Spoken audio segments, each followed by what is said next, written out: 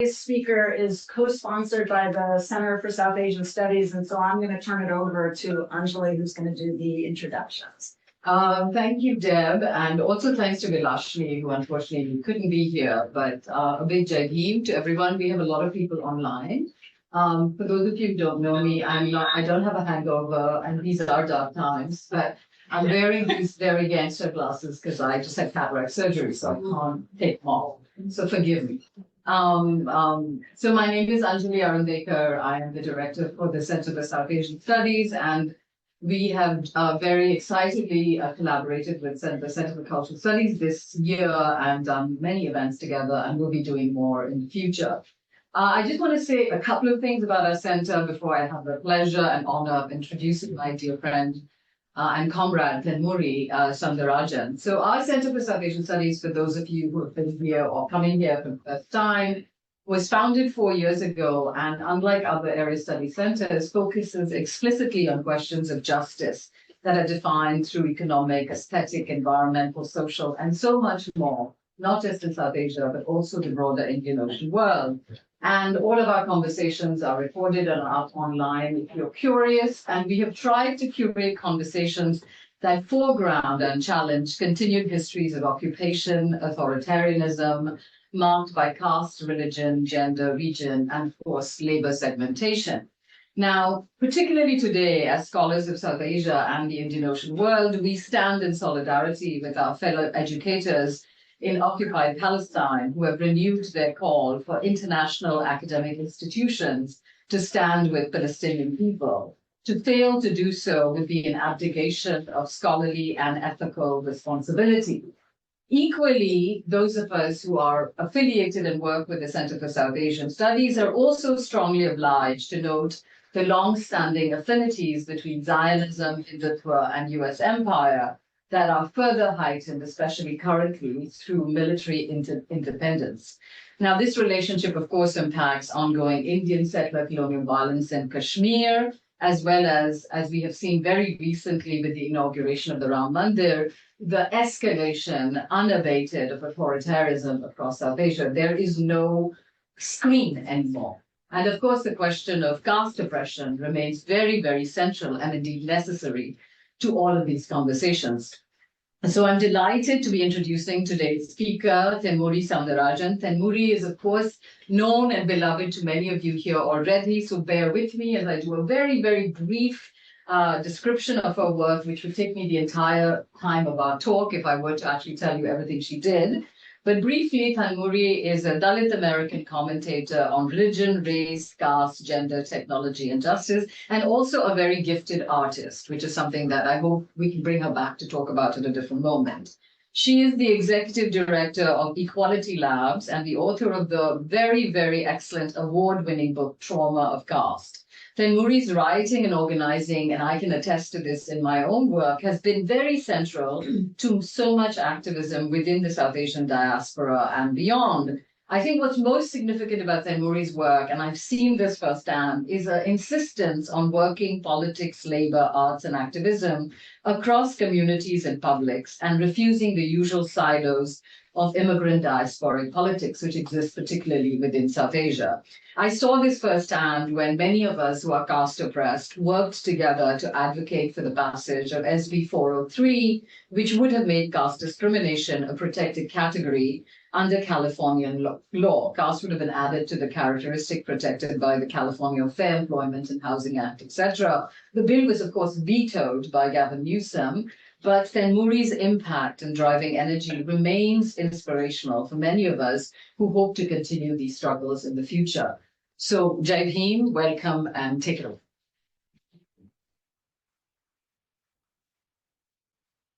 Good evening, everybody, and it's really an honor to be able to speak. This is actually one of my first public talks since the veto of SB 403, so it's very wonderful to be able to be in such a supportive community because it was such a violent set of experiences that we went through in that campaign. But I also want to just know that we're bringing so much other pain into this room today as we look at what's happening with the occupation.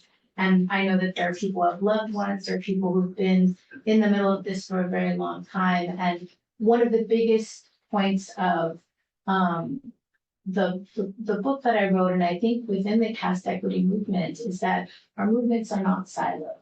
Our pain resonates across many different geographies, across many different systems of oppression. And as we learn and communicate and build community here, we are also holding our brothers and sisters in Gaza very close to us, as we know what punishing violence is being inflicted on them even today. So with that, I really am really excited to talk a little bit about this book because, you know, in a funny way, this book was such a strange experience coming out of the pandemic because, as Anjali mentioned, I had been doing organizing around this issue of caste for many years. And the thing is that as someone who's from the diaspora, caste should not exist here, right? We do not have people of dominant caste of South Asian origin in charge of the entire apparatuses of power in the United States. But as someone who grew up here as a Dalit in Los Angeles, I saw it in so many different domains. And as a child, I was confused by it. Why did someone change plates on me because they found out I was untouchable and they didn't want me to pollute their silverware? Why were my parents hiding in the closet, even though they were doctors and a social worker? Why was there atrocities? People talking about honor killings in Sacramento and the Central Valley. This is the kind of weird whispered conversations that were happening in our communities, but there was no texture, no language, no way to understand it, because even how we were racialized as South Asians didn't have room to talk about internal hegemonies. We could start to map ourselves, especially with the frame of ethnic studies. We understand who we are with relationship to white supremacy, but what internalized hegemonies are we bringing here, and therefore connecting to global forms of capital? So I think in the pandemic, like everybody, we were trapped, and but I also think I was just really held by grief. And oftentimes in academic spaces and intellectual spaces, we're trying to theorize out of a problem, but we're very much not embodied about why we are so driven to change, what pain we carry with us. And in the pandemic, all I felt was grief. You know, I had a mother that, you know, became terminal. You know, for many people during COVID, if you were from a caste oppressed background, you had a greater chance of people dying from COVID. And I had a really good friend who lost 40 people in her family in Hyderabad, simply because of the conditions that caste oppressed people faced back at home. So in watching that violence, and also, as Anjali mentioned, the rise of authoritarianism that's been ripping our country, of our homelands apart, as well as the United States, I really wanted to understand, why are we repeating the cycles of violence over and over and over again? And so my book was a way to understand that. You know, it has many different through lines. Like, you can read it as a socially engaged Buddhist and totally have a pathway around thinking about principles of non-attachment. It also has a through line around healing, where, and I'll talk a little bit about this in my talk, where I think about ways other racial justice Buddhists and somatic practitioners are thinking about how to move past our cycles of repeated violence. But it's also a history of caste in the diaspora. And in many ways, this is a book I wish I had as a young Dalit child, to explain caste for everyone that looks at you blankly when you're talking about some of the most extreme violence. And people are like, oh, I thought that was over. Mm-hmm. Or even worse, it doesn't exist. Yeah. So I'm hoping that in some of the talk, you'll see a little bit of those strands in this book in the talk today. But I hope that we can kind of get into whatever strand is most intriguing to you. Because again, the ways we unpack these systems of exclusion are by open dialogue. Even if we're on the opposite side of the table, I still want to be able to have spaces where we can move through pain together, because that's really how we start to heal around these issues. So just so we're in the same process of definition, you know, when we're talking about the caste system, I'm specifically an expert within the South Asian caste system, but there are many caste systems. But when we're talking about South Asian caste systems, these are systems of exclusions that impact over 1.9 billion people. They rank people at birth, and it determines every aspect of your life, from your job, where you marry, who you worship. And the original blueprint for the South Asian caste system comes from Hindu scripture, and it's structured like this. And each of these individual caste categories had a profession and also layers of spiritual purity. So at the top, you have the Brahmin caste, who are the priests that wrote the scriptures. Underneath, you have the Kshatriyas, or the rulers and the warriors, the Vaishyas, who are the merchants, and the Shudras. And this was, in essence, the caste pyramid. And outside of that were people who were seen as so polluting, they were not part of this infrastructure. They were seen as untouchable, someone who was spiritually defiled. And I have to tell you, as someone who grew up with that concept, you can't really ever grapple with how painful it is for a child to understand what it means to be untouchable. And I remember, for me, I discovered it like through doing a report. And I talked to my mom, oh my gosh, I found out about the Bhopal disaster. There's a group of people that are untouchable. And she was like, she looked shocked and she didn't want to talk about it at all. And then I said, Mom, what caste are we? And immediately she froze. And she didn't want to say what caste we were, and she was hoping to avoid it. That's why they came to the United States. But as soon as she said that we were untouchable, she said, but look, that's a lie. It's a lie for the wicked. Don't think about it. But all I did was think about it. Because part of that whole concept that is undergirded in the system is that you are born into this caste because of crimes that you did in another life. So there's a carcerality, a spiritual carcerality to caste that is part of the psychological kind of wound that caste inflicts on those that are caste oppressed. So I kept thinking, am I a thief? Was I a murderer? Was I a rapist? And I was just 10, trying to figure it all out. But that's really, again, one of the challenges when we don't have language for this, language at every stage of adulthood to speak about this system, we end up creating and recreating those systems of oppression within us. So even as something as simple as this pyramid like this is normally taught in grade 6 in California. This is a debated paradigm to teach. So we're going to be coming up this year with a review of the history social science curriculum. The opponents to caste equity are going to fight to not mention these caste names, to not show the visual of this category, and to not share the historical, factual reality that this system had its origins in Hindu scripture. And the only reason they don't want this to be shown or discussed isn't because it's not factual or evidence-driven or built by, scholarly consensus. It's because it makes them uncomfortable, because they have to confront the horror of their origin stories. And that's really what's happening everywhere. A fact is a fact, not just because of evidence, but because of power. And power that does not want to have, historical remedy to historical violence is trying to erase this. And this is why even something as simple as this, and I remember Anjali in preparing her, like, everyone's going to know. We don't have to go too much into this, but I still think we need to say the basics, and we need to be in agreement that this is the factual, evidential, historical reality. Because those of us who are the lived consequences of this system, when we go and we present this in advocacy, we are being told that we are lying, that we are Hindu-phobic, that this is not real. And it's not because of the evidence. Again, a fact is a fact, not just because of evidence, but because of power. So I also think what's very important, and I think this is one of the pushes we've also seen very powerfully out of the caste equity movement in the United States, is that we're no longer just talking about caste in the South Asian context. Similar to advocacy that occurred in the UN, we're talking about global caste systems. Because again, there are many historical hierarchies that have different historical origins, but have the same kind of punishing experience of shunning of those who come from these untouchable practices.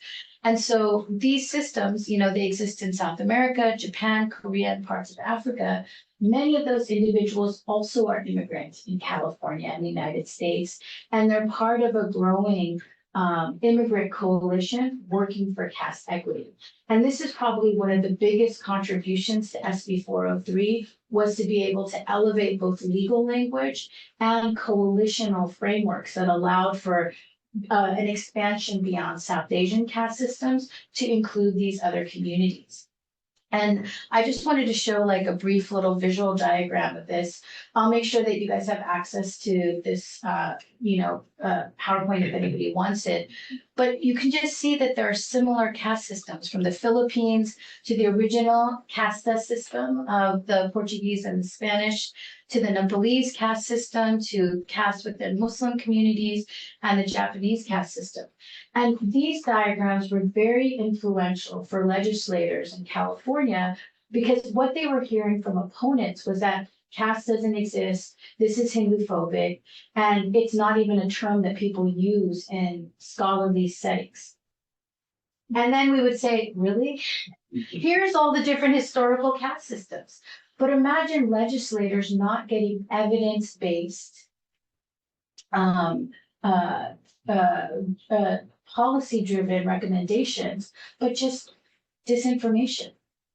So again, I think the more unified we are as an academic community about understanding how we can position ourselves as through this like scholarly level and making sure that the connections between these different encasted communities are made is really powerful. And I know that there's a lot of people who love or hate Isabel Wilkerson's book on caste, but I have to say it has actually been extremely helpful in terms of advocacy, and I think for encasted people to create platforms to see each other. You may not agree with her analysis, you may not feel like you find yourself in there, but I think that on an advocacy level, it's made the case for legislators when they are faced with so much disinformation. Now, in terms of South Asian Americans, we're talking about more than just Indian Americans. And this is really important because opponents to caste equity often like to portray the South Asian community as solely Indian, solely dominant caste, and solely Hindu. And that's because that really serves them to try to then say that they are the only stakeholders when it comes to political conversations and advocacy in the capital or in Sacramento. But I think it's important to know the full range that we actually have multi-generational immigration in California from multiple countries of origin. So that includes Bangladesh, Bhutan, India, Maldives, Nepal, Pakistan, Sri Lanka, Myanmar, as well as indentured communities, Indo-Fijian and Indo-Caribbean. And in the state of California, some of our biggest communities that are Dalit are actually of Indo-Fijian origin. And twice immigrated them, meaning that they're Ravadasya in Punjab, and then they were indentured in Fiji, came here, and then when they were trying to find brides for the grooms for their brides, none of the existing Punjabi communities would marry into Dalit families, so they had to send from people back from Punjab. So you have these like twice migrated communities that were isolated because of caste.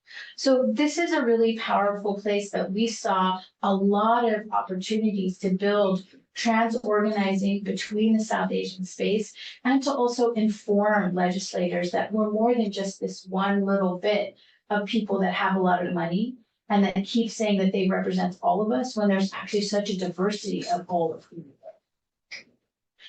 And just to give you a sense of the stakes, there are 1.9 billion people in the world impacted by just the South Asian caste system. That's 1 in 5 people in the world. And then you have 5.7 million South Asian Americans. And within our category, we're one of the fastest growing electorates and one of the wealthiest. So in many ways, when we're looking at a 2024 election cycle, many of the purple districts in battleground states are actually going to be decided by South Asian American communities. And this is a big reason why many South Asian communities are driven less by the big picture conversations around what is happening with health insurance, what is happening with immigration, but they're really motivated by cultural groups.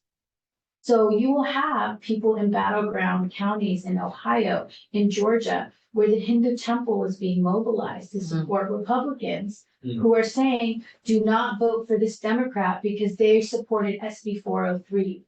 they are aligned with an organization that's like the Dalit Civil Rights Organization. So they create these cultural bogeymen to try to flip these purple districts red.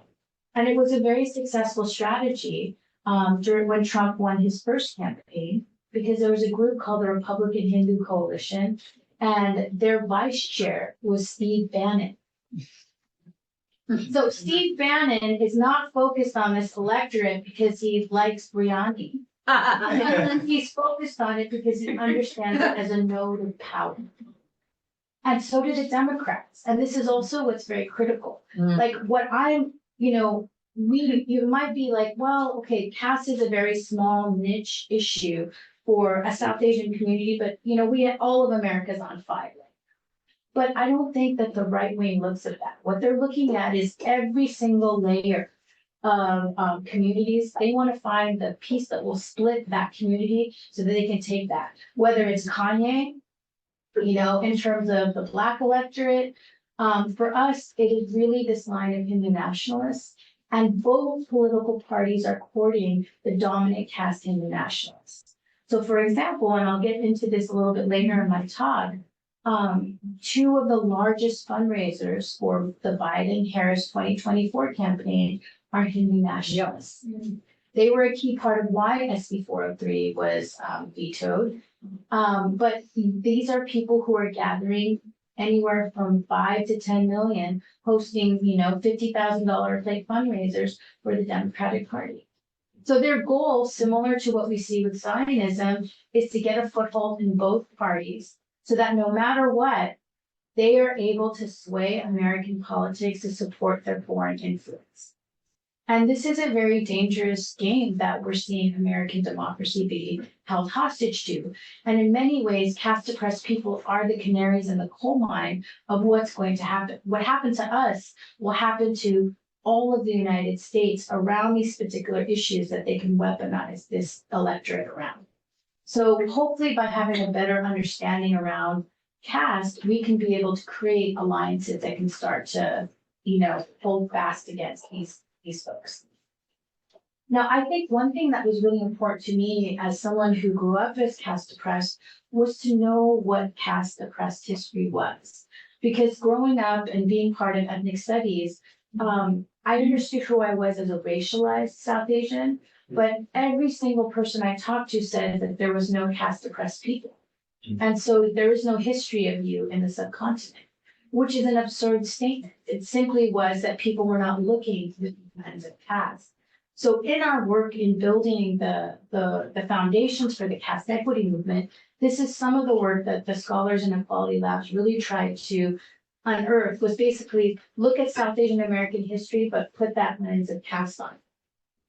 So I think one thing to know is that wherever South Asians go, they bring caste. And certainly in one of the first written documentations of South Asian American in American history, it comes out of the East India Marine Society in the diaries of one of the first kind of members of the East India Company, Reverend William Bentley's diary. And in it, he has a description of an Indian that he met. And he said that he's of dark complexion, long black hair, tall and well proportioned. And significantly, he wrote that that person said, "I'm darker than Indians in general of his own caste." So we don't know what his caste identity was, but we know that it was significant enough that he mentioned it to this reverend that it became part of his journal. And I think that's really a touchstone from which you can see. The minute that there were South Asians that were here, people had frameworks and understandings that were built around the iteration of things. And I think it's really important is that a lot of times when people think about South Asian immigrants, they think of them as wealthy, they think of them as doctors, they think of them as, technologists. But actually the first South Asian immigrants were actually coolies. They were people who were indentured. And many of the coolie indentured communities were actually caste oppressed, because there was this whole issue of under the caste system, you were not allowed to travel big bodies of water. It was called the Kalabani, the black water. So only those who already had nothing to lose in terms of caste felt that they could break that caste prohibition. So for that reason, the coolie population is overwhelmingly caste oppressed. But in much of that travel, and indentureship is really slavery by another name, right? It was an incredibly violent system. Lots of paperwork and documentation is not kept, but we can assume that most of these communities are caste oppressed. And so some of the first communities in California that came here were actually from the state of Punjab. And keep in mind, India was not a country yet. So they came from both the areas that would have been known as Punjab and India, and they were leaving and coming as coolie laborers because they were trying to escape the violence as well as the extreme taxation of the British. So when they came here, they came to the West Coast, they helped to build the railroads, and they were part of the lumber industries all up and down the West Coast. So you have huge multi-generational communities now in British Columbia, in Canada and the United States, and they also helped to clear the Central Valley. So they, alongside Filipino and Latino workers, were the reason why we became the breadbasket, was because of these laborers. And I think what's very important is when they came, they were not allowed to marry because women were not allowed. So they intermarried with Mexican communities. And so there was a very short Mexican Indian population that existed in Central Valley until women were allowed to come in. And then they went back to marrying within their own dress and their own backgrounds. But I think what's very important about these communities is as much racism as they faced from the United States and Canadian counterparts, there was also casteism. And actually, the first recorded complaint occurred in British Columbia. It was by one of the immigrants who is an ancestor of organizer Anita Lal, who's from Poetic Justice Foundation. But her ancestor was working in the lumber mills in British Columbia, and they knew that he was Dalit. And so they wouldn't let them share food, and they made him sleep on the floor. So one of the managers saw this and said, "Why aren't you guys letting him cook? Why is he sleeping on the floor?" "Oh, it's because he's Dalit." And then that person said, "We're not doing that here." And he integrated their canteen and integrated their sleeping quarters. But that was in the late 1800s. So whenever someone says, "Oh, caste was manufactured, this is something that just happened in the last 3 years," we can say that caste discrimination has been in North America for at least 100 years. And this is the first documented case of it. And there's many, many more cases, but obviously people were not writing and talking about it in that same time. I also think another really important kind of historical moment where we started to see caste come forward was at this time, there was such a deep anxiety with the white working class of the immigrants that were coming over and taking these jobs, whether it was at the railroads or in the lumber mills. And so there was this fear of Hindu hordes invading the state, the dusky peril. And in the American imagination, every immigrant from South Asia was a Hindu, even though the majority of people were actually Sikh and therefore wearing a turban. But this led to some very challenging laws, including the limitation in terms of who could be a citizen. Particularly, you could only be a citizen if you were white. So the first challenges against the racialization of citizenship and the framework around whiteness came from Asian Americans. And within the South Asian context, so these are two of the first cases that came up. The guy on the left is A.K. Mozumdar in the state of Washington. The guy on the right is Bhagat Singh Thind. Both of them made challenges, and it's the first time you see caste in American law with relationship to the South Asian caste system. And what their arguments were is actually we are brown white people because we're upper caste.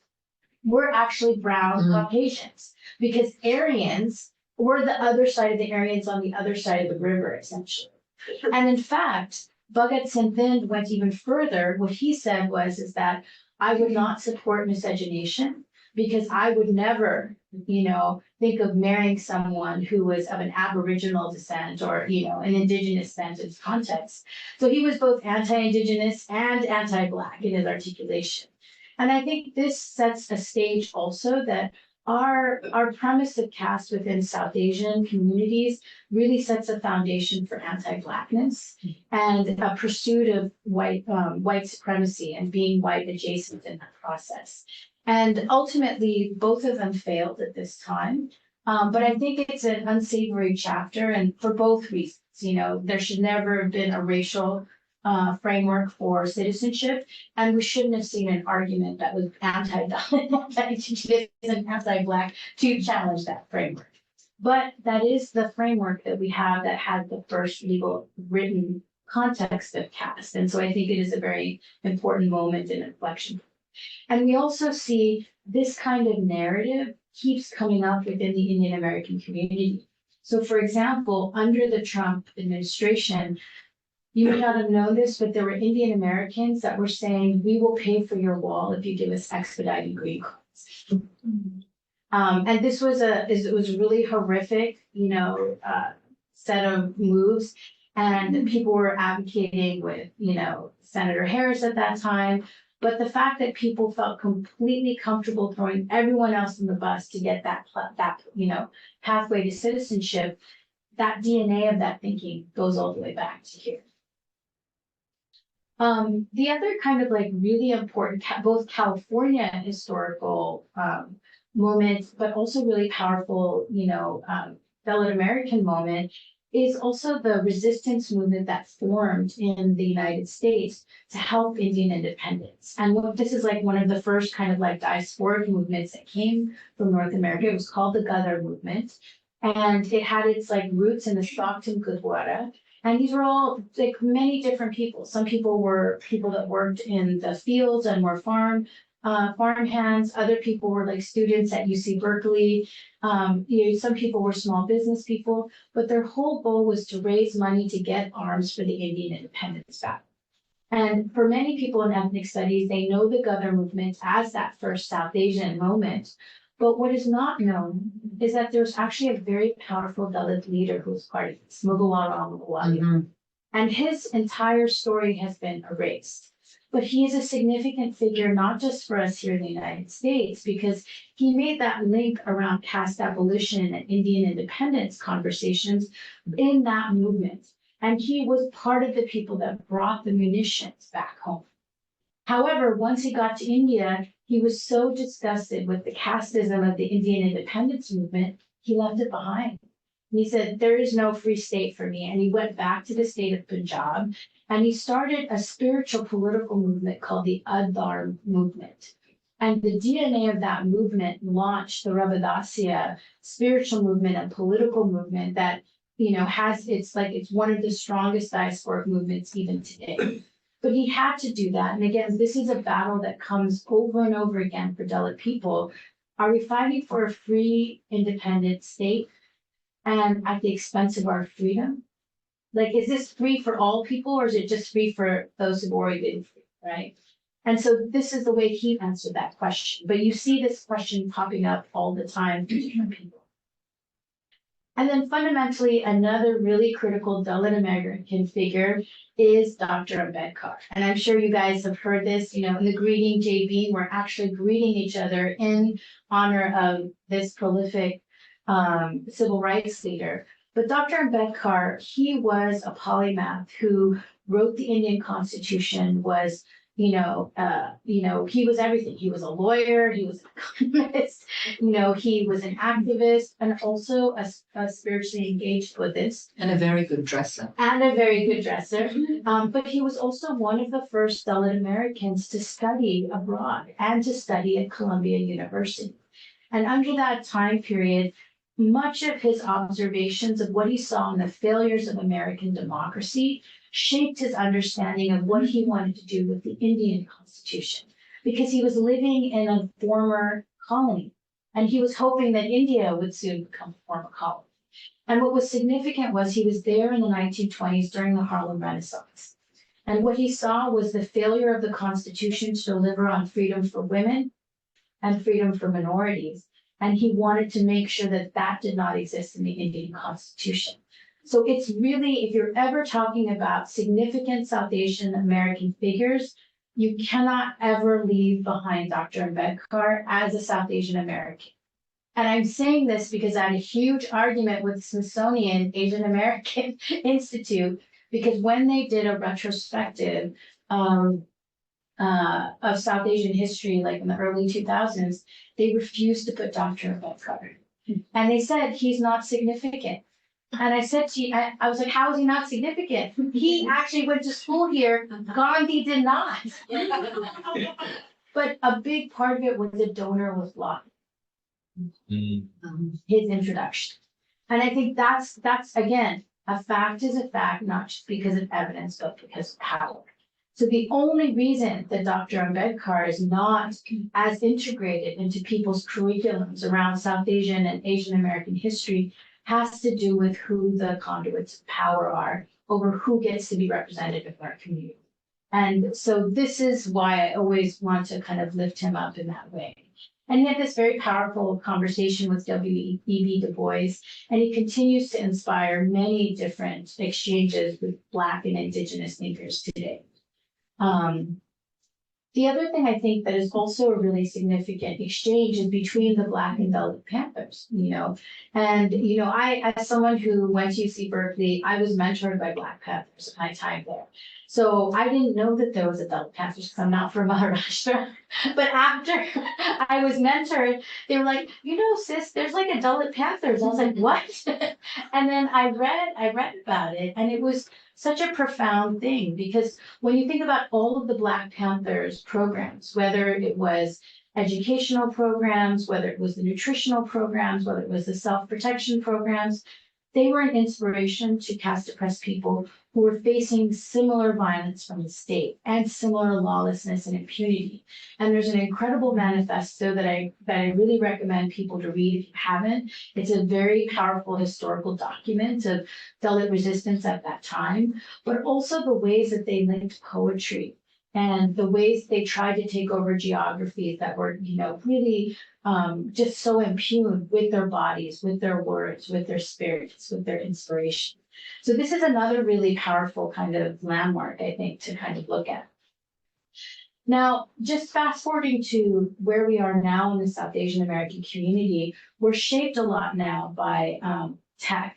And there's no question that our community has been transformed by the H-1B visas and the work that's happened in the 2000s.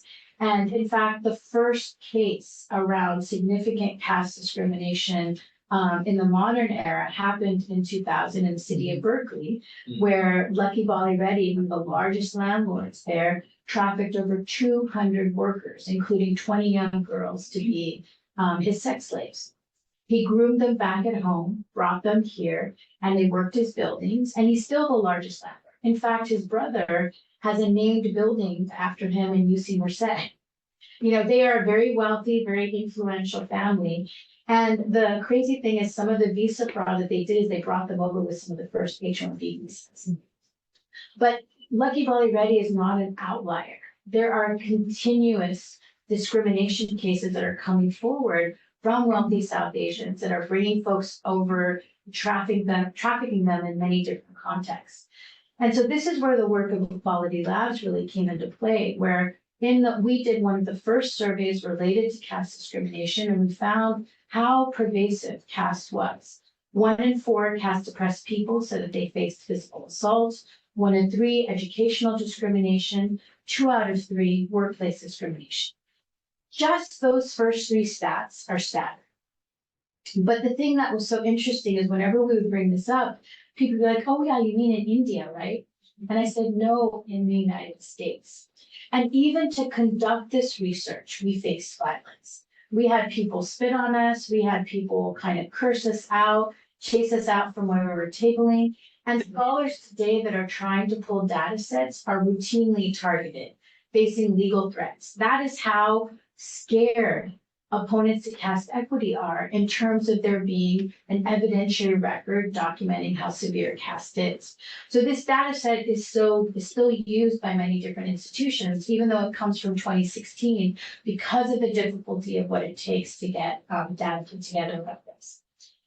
And I think this is where a lot of the thinking in my book really kind of, took a pause, because for me, it's one thing to have data that documents the discrimination. It's one thing to know there's a historical trajectory.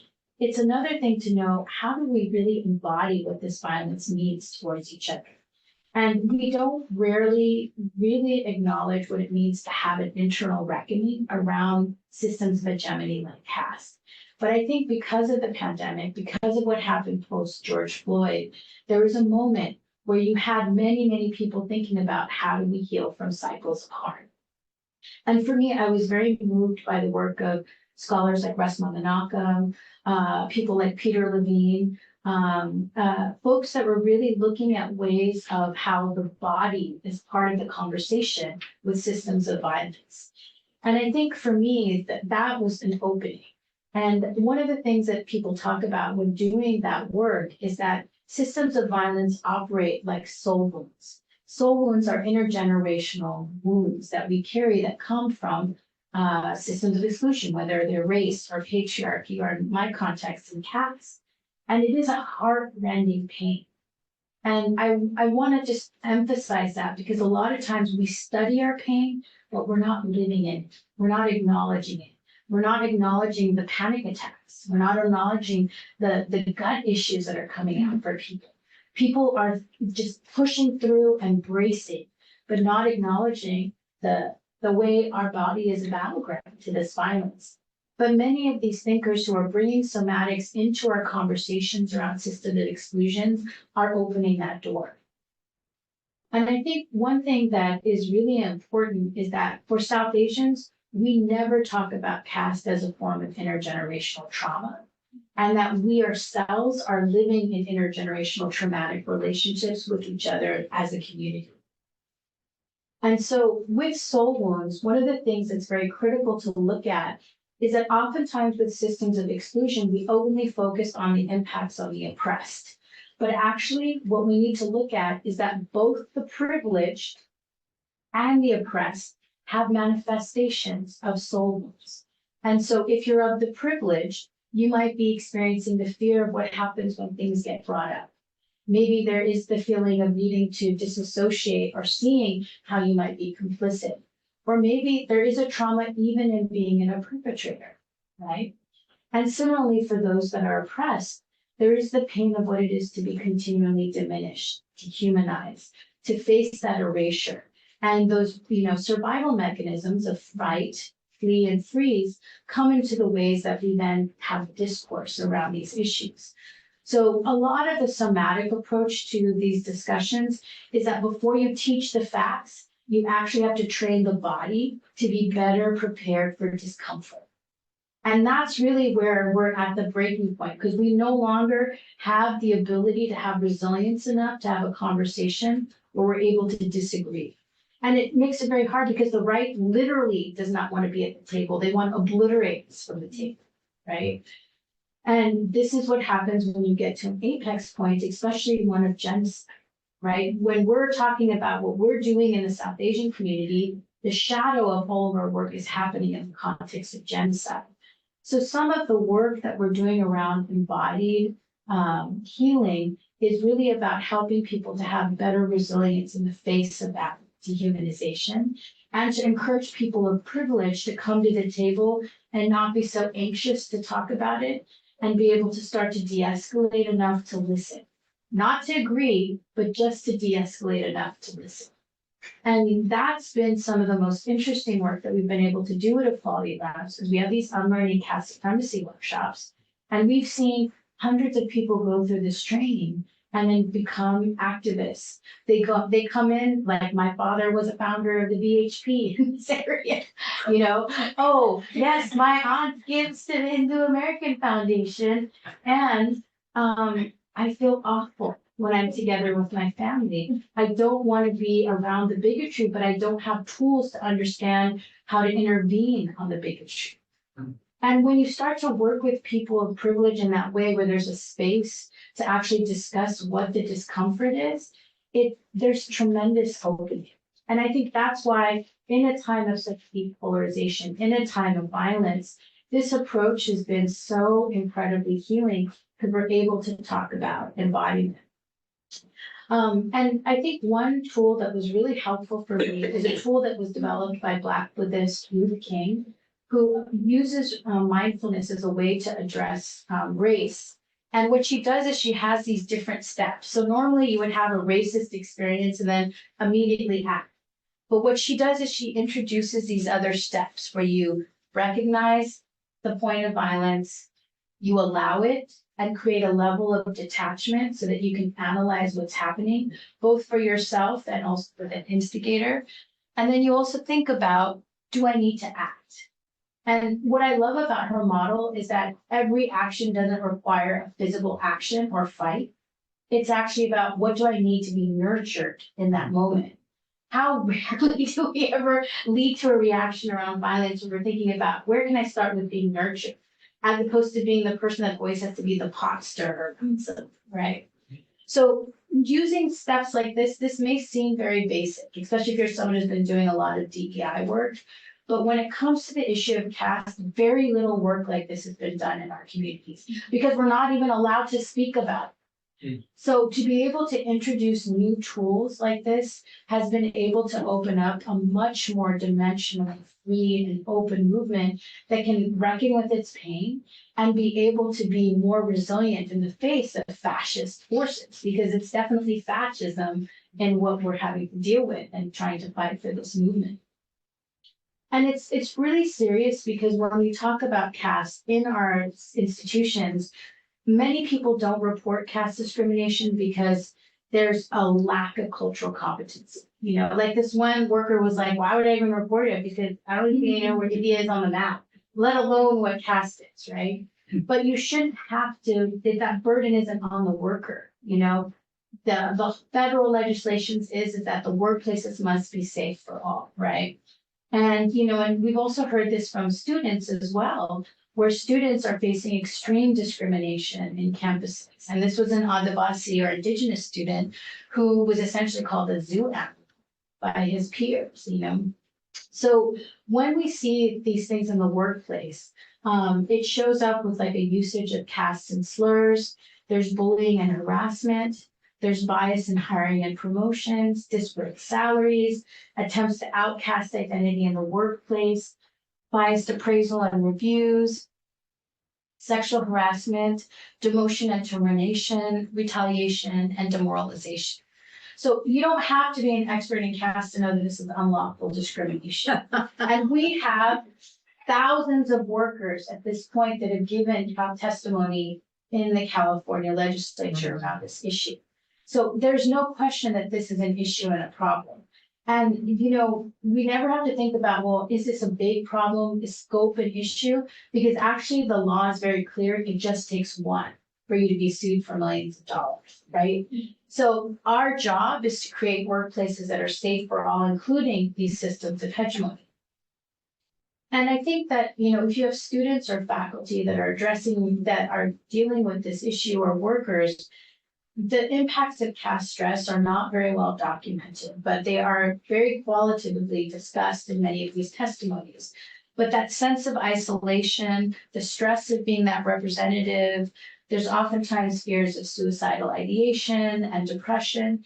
These are all things that come as a result of caste stress. And it's part of the reasons why we're working to create a holistic model for transforming institutions around these issues.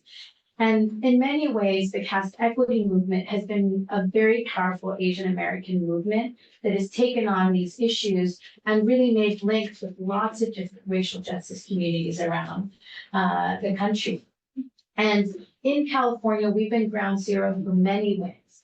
We've had the California State University system add caste to every category, the California Democratic Party and the first bill to add caste as a protected category was introduced last year.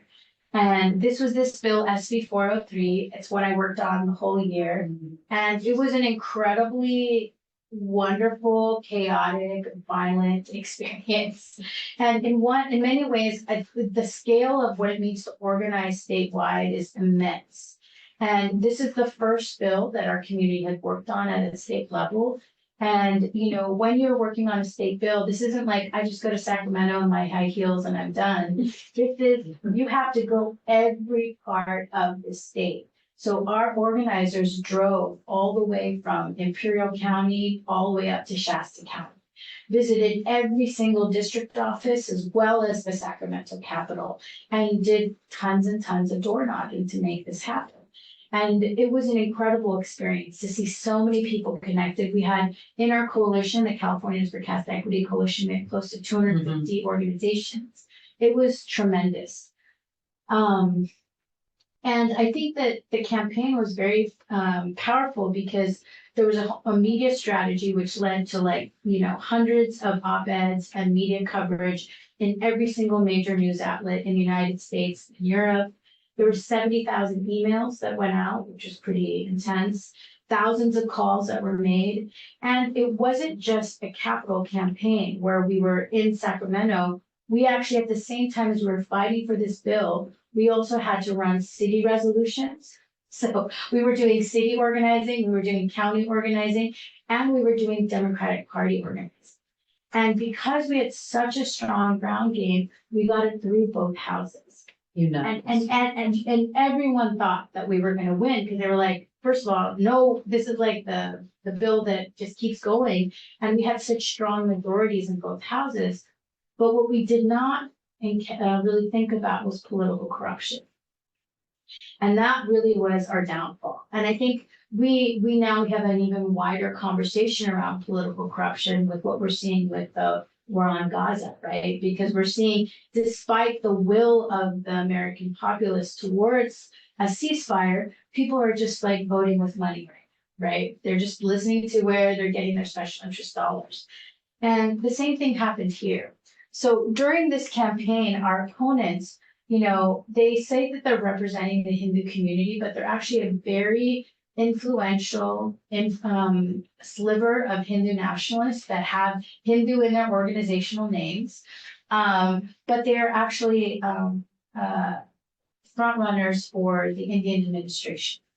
And what I mean by that, I'll talk a little bit later, but you basically started off the campaign with former ambassadors of India running video clips that basically said SB 403 is part of a Khalistan terrorist network. Anyone that is an enemy of India needs to be killed, like in the Patriot Act. And then they would say people that are doing caste DEI work, and this is former Ambassador Kapoor saying this. He said anyone that is connected to this DI work is Hindu-phobic. We need to investigate the Equality Labs. They are a terrorist plot. They're connected to the ISI. All of this chaos was happening. And in it, they made direct calls for violence. We need to shoot and kill enemies of India everywhere. At the time that this video was occurring, the Indian government was in fact planning and executed assassinations in North America, one in Canada and one botched one in New York. So our organizers, so it's not like we were running a California only campaign, having a legitimate debate with Californians. We had a foreign influence operation targeting some of the most vulnerable in California. And I was a target of many of those disinformation attacks, and it's just grueling and violent. And you'll see there's crap like SB 403 has a distinct Christian origins, and they're trying to say it's a Christian entity. They also try to say that adding caste is like API hate and Hindu-phobic. And it was a mess. And I think this is one thing, this is why I come back to that idea of the fact of the fact, not just because of evidence, but by power. So they never got mainstream coverage, but they have a very strong disinformation ecosystem, both through YouTube, Twitter, and WhatsApp. And none of those social media companies were addressing the violence that they inflicted on our communities. So an elected would get a video by them, they're like, oh my gosh, are you sure you're not being Hindu-phobic? And my colleague Prem Pariyar, who's Nepali and Hindu, is like, I'm absolutely positive, I am Hindu. But a lived experience is being put into dispute because of this disinformation ecosystem. Scholarly experts, legal experts, these are people whose lives have been dedicated to documenting caste, was put into dispute by a rando on YouTube. So it was pretty challenging. And the political corruption that I really want to name is Governor Newsom is not a good person. And I'm terrified about if he becomes a presidential candidate, because the choice that he made in SB 403 was not about the law, it was about dollars. And the people that I want to just point out to you, so this guy, Ajay Bhattaria, and then the guy on the left in the blue shirt is Ramesh Kapoor. These are some of the highest fundraisers for the Democratic Party. And they're part of the lead fundraising committee of the 2024 Biden-Harris election and of the Democratic Party itself.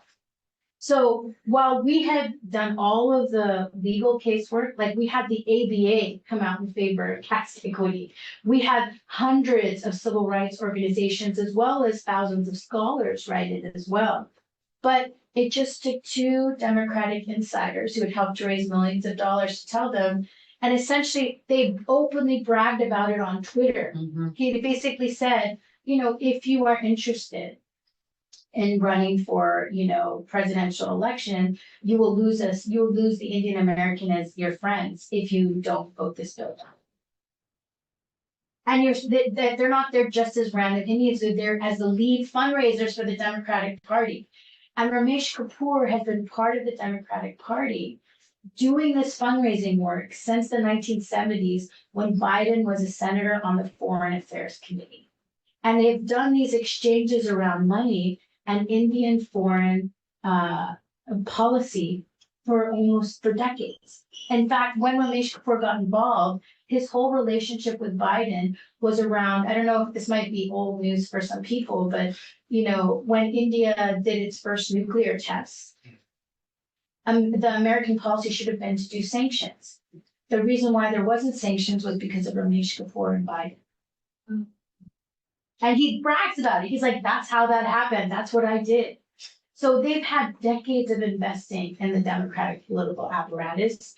Newsom did not stand up for human rights. He stood up for money and his presidential thing, and he vetoed it.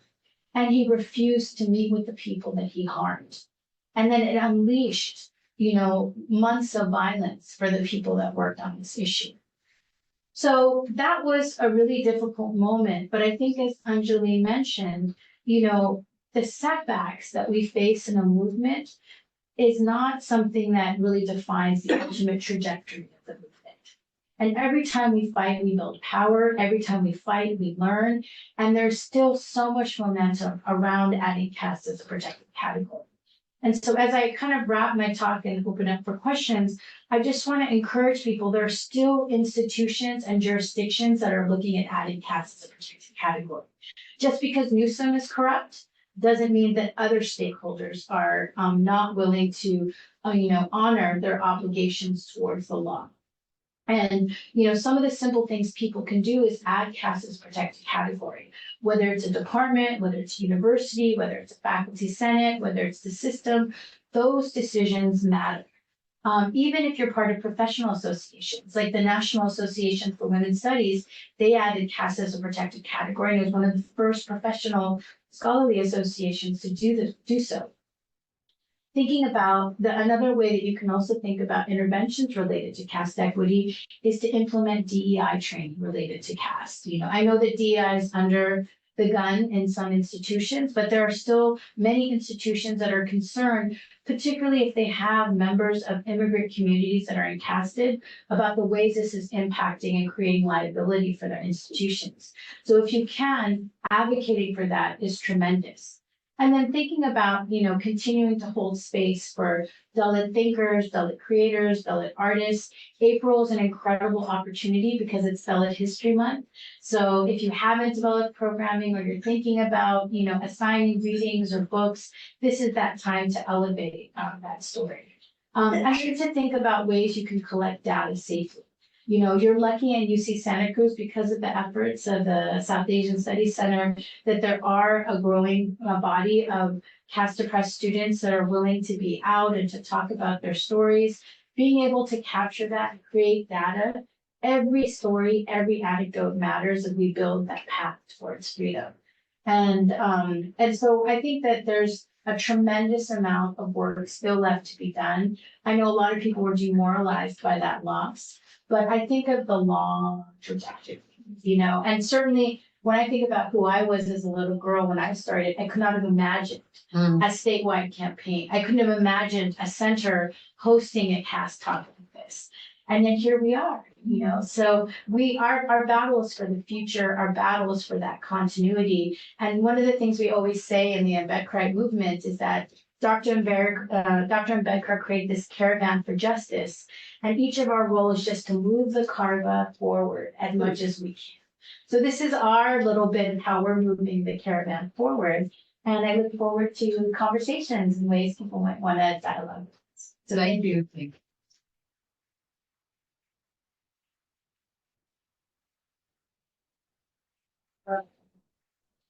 Thank you, Thenmozhi. I also want to say that Thenmozhi underplayed her role as always in the SB 403. She was also on a hunger strike. I mean, there's so many stories around that.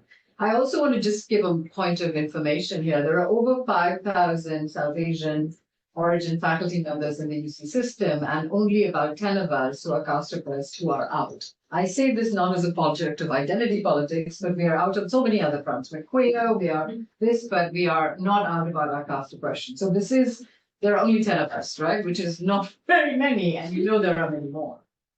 So I just want to put that out in terms of what can we do. It's not about the transaction of identity. It's about understanding it as a nexus of operation in the world in which we live. So I want to open it up to questions. We have a little bit of time. Can you tell us your name and then? Oh, yeah. Sorry, my name's Jack. I actually came to this talk because I'm in computer science and engineering, and we have a lot of international students, and most of our international students are from China, from Iran, from India, and it occurred to us who are, thinking about DEI that most of the DEI trainings that we participate in are focused on US-based discrimination, and that we were very ignorant of how discrimination plays out in these other countries.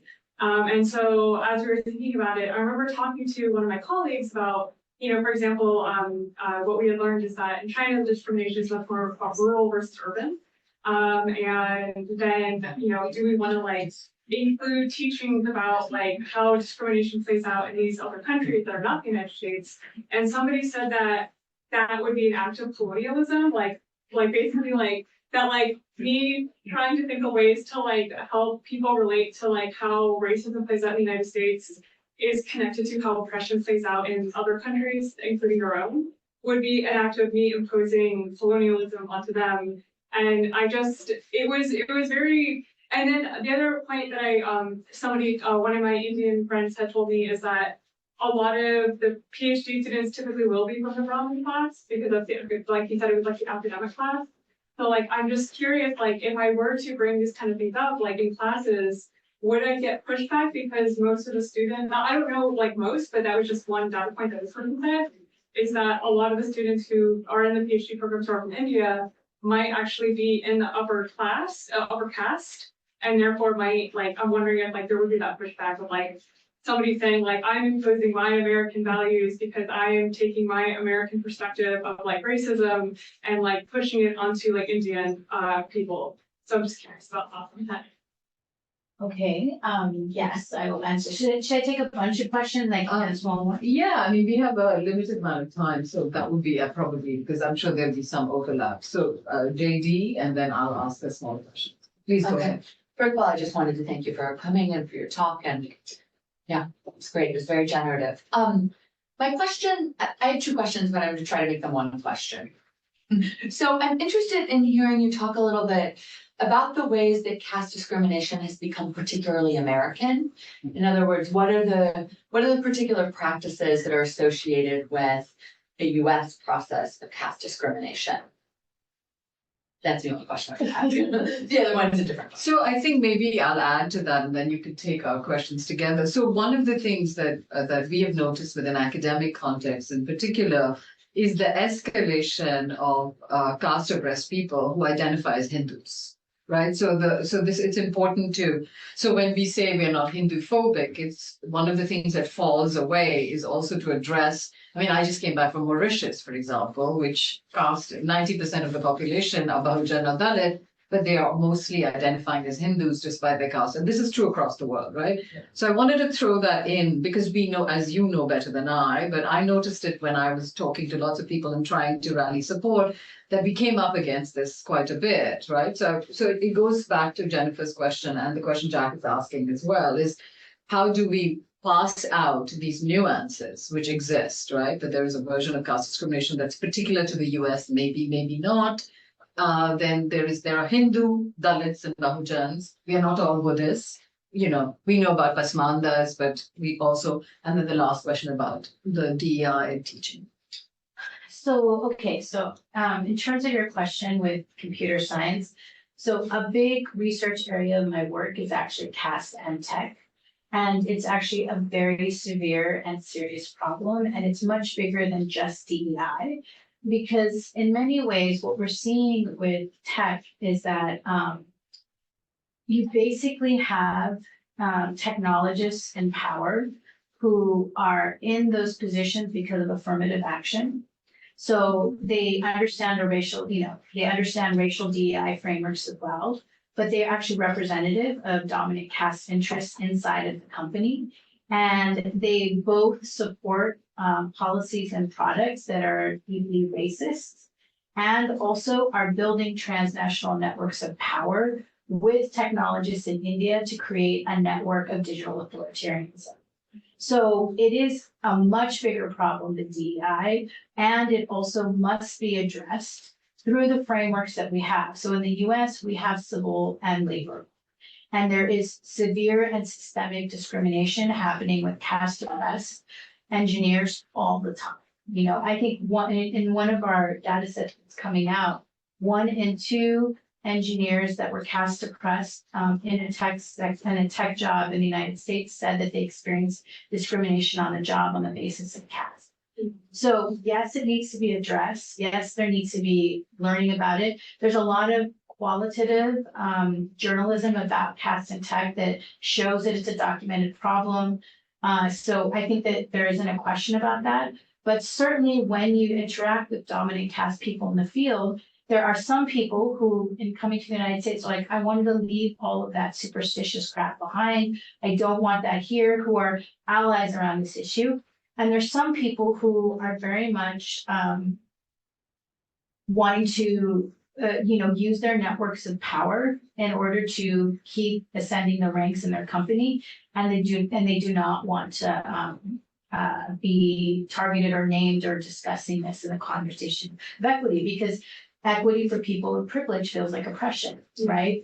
So I think that it's very, very critical that everyone, opinions are like assholes. Everyone has them. But what we're talking about with equity is the law, So if someone is uncomfortable with a conversation with caste, they are entitled to discomfort. But we're not allowed to impede the work that is being done to make a safer workplace. Yeah. And I think that's where we have to rely on the law. We have to rely on the existing frameworks and know that it is a structural problem with documented issues. Now, one of the things that's happening is when workers and management are trying to discuss caste, you're having dominant caste people who are actually Hindu nationalists, who are saying any discussion of caste is Hindu phobic. So they're trying to use the protected category of religion to shut down the conversation related to caste, which is why the legal frameworks of understanding caste are so critical. And in the United States, we have a unique foundation for caste because in the development of our category of race, Black abolitionists talked about racial caste because at that time they didn't allow conversations of race. So I think with this, like in your department, you should certainly have conversations about caste and tech. A very powerful speaker for this would be Thenmozhi Gupta, who is one of the Google walkout leaders who resigned publicly because of the chaos in Google's refusal to add caste. And there are many other technologists that would speak to that issue. I would not give up on not talking about it. It is really important, and I'm glad that you're pushing that. But it's also a much bigger than a DEI problem. It's a structural problem, right?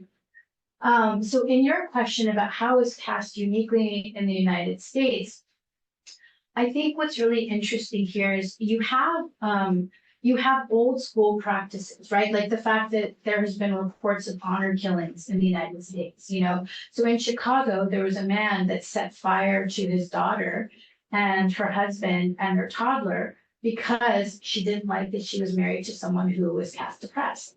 So he locked them up, set fire to the whole building. And no one in Chicago PD could understand how was there an honor killing in Chicago, right? So you have old world experiences like that. But I think what's also new about caste discrimination here is the way that social media and the way people create networks of immigrant communities help to accelerate people being shunned or discriminated. So for example, I was talking with this one woman who's a mother in a suburb outside of Chicago, and she said that they belong to a school which has a lot of South Asians, similar to like what you see in Fremont or Santa Clara, right? The parent groups were broken up by castes. There was the Brahmin parents, there was the Kshatriya parents, there was the Vaishya parents, and of course, if you were Dalit, you weren't part of anything because you didn't know. So already there was those pieces, and then those parents would then advocate for changes in curriculum in the schools. That was very unique to hear, And then I also think the ways that the Republican right is weaponizing casteist networks, particularly as it's related to religious institutions, is very unique to hear. Yeah. Because, again, the Republican Hindu Coalition used targeted Facebook ads, targeting the mailing lists of certain Hindu temples in swing districts in Ohio and Atlanta, in Georgia. So I think that is very unique in its function, You do also see there's also weird interpersonal things like, there's wedding cruises here. I don't know if you guys have heard of this, but you can basically go on a wedding cruise of a particular caste to meet other people in that caste. So it's like the Reddy cruise. Yes. So you only meet Reddys and go over there. All these terrible TV shows you guys watch on Indian weddings are all caste supremacists. So I think those are things that are really interesting. But I'm also interested in the ways that violence is being replicated here. Like the fact that as someone who's an advocate around caste equity, I was born Hindu. I'm born of both Hindu and Christian descent. And, and we were just talking about it, but in Tamil, it's very common to be Hindu and be anti-caste. It's not a challenge. Because we have a whole background with Periyar, right? And I've never faced so many insulting attacks against me, saying that I'm Hindu phobic, saying that I'm against Hindus and this and that. The way that they humiliate and try to target leaders, it's just vile. And the weaponization of social media towards that is very unique. And in SB 403, people will follow. Like you would go to a public meeting, they would have 4 to 5 cars follow, particularly women, to intimidate them back at their homes. So I was actually assaulted last year when I was giving testimony and I tore my ACL. And it was that the fact that they're able to do and feel comfortable with public violence comes from the fact that they're also coordinating with the Indian government to run foreign influence campaigns. Yeah. That is very uniquely being discussed in the diaspora for the first time, particularly because of those assassinations that occurred. And so I think that's where, we have to move from caste being thought of as like just interpersonal issues, but this is about transnational foreign influence dominant caste power. And it's being used to try to silence our community. And if it can be used to silence us, think about what else they might do in terms of the American political landscape. And I think finally to your question about how do we deal with those nuances, we actually have a lot of Hindu Dalits that are in our base. I think that religion is kind of a red herring here because caste operates across multiple religions. So there are encasted Sikhs, encasted Christians, encasted Muslims, encasted Hindus. And Buddhists for that matter, right? Because in Sri Lanka, you have many dominant caste Buddhists there. But I think that what's important is that when you remove the religious piece from caste and look at it as a system of exclusion and look at it through the lens of the law and human rights and what is not being implemented, I find that deals with some of the challenges that you're speaking about. Because, many places where the VHP is trying to make Hinduism versus caste be the framework, people feel afraid to come forward in their caste oppressed identity. That's why they're doing it.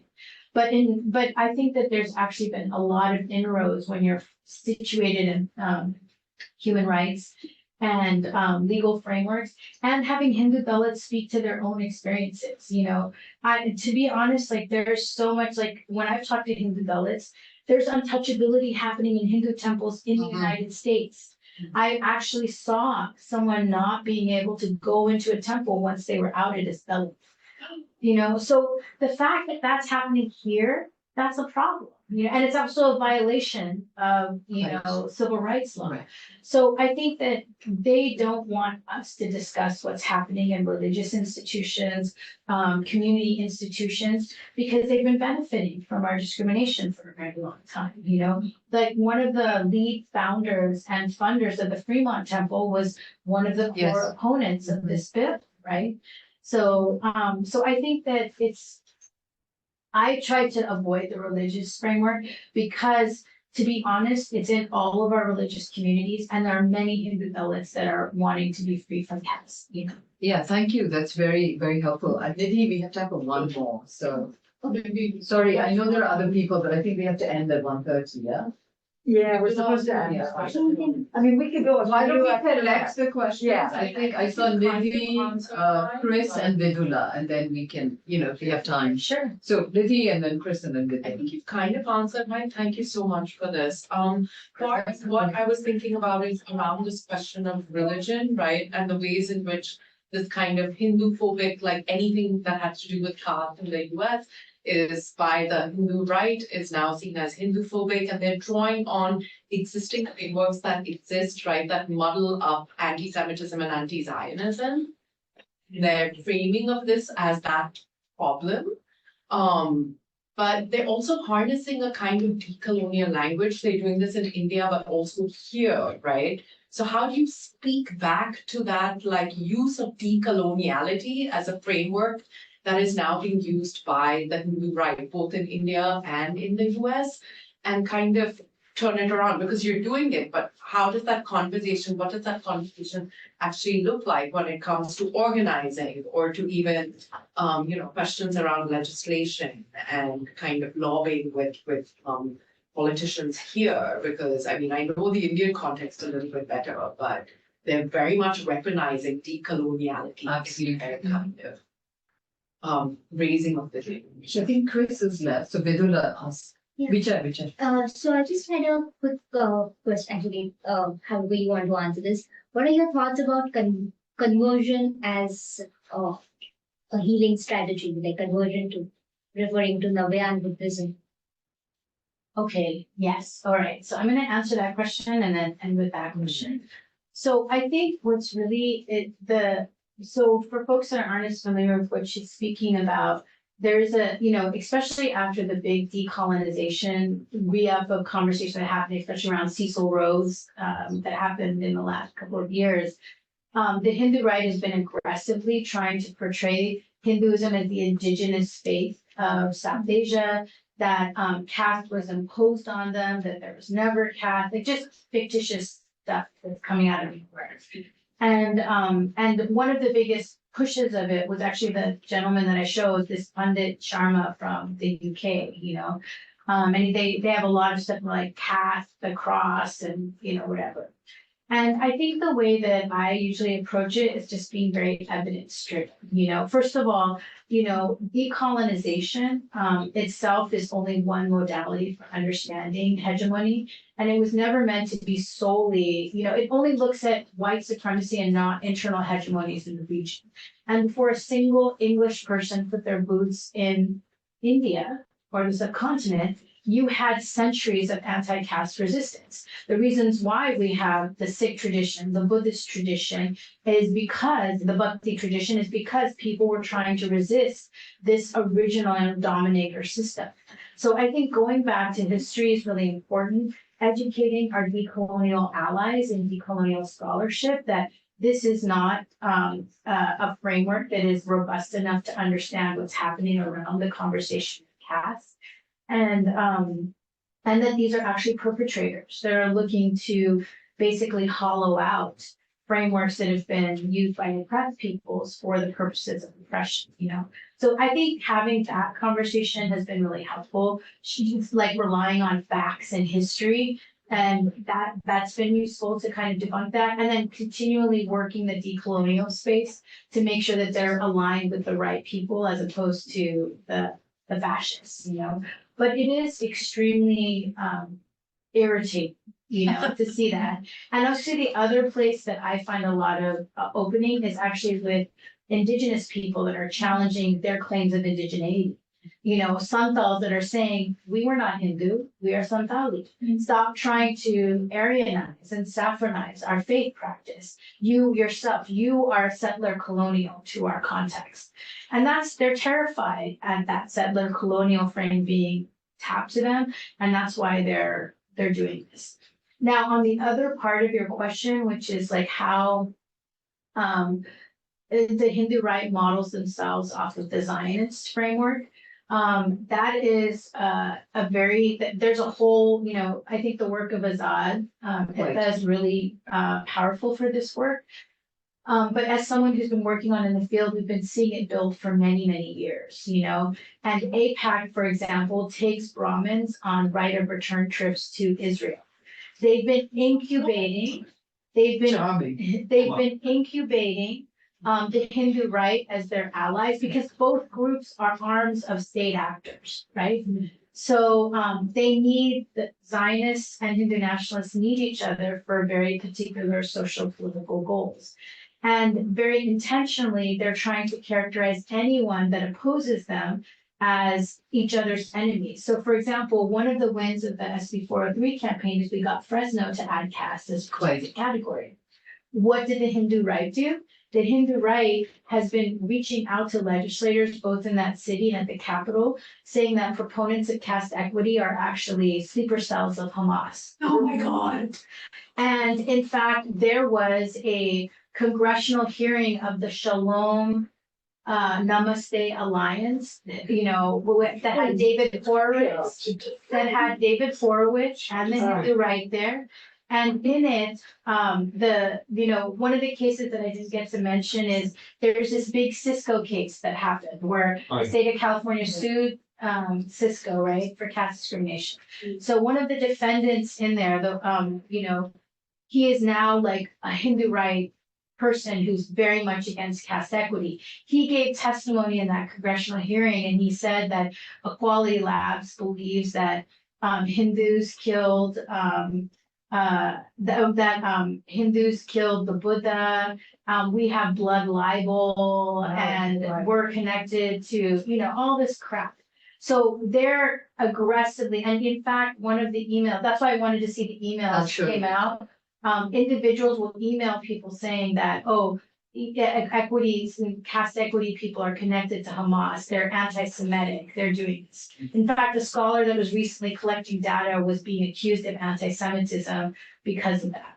So it is a very real connection. And I think with the Hindu right, they just throw everything and they see what will stick, you know, and no claim is too grand for them, you know, but also both there's so much like foreign influence being thrown in this. And I think that's one of the biggest like concerns I would have as an American. Like if I was not from an Catholic community and I'm hearing about this, the thing I would be worried about is the world's largest democracy, one of the largest markets in the world, is throwing money to influence our American civil rights.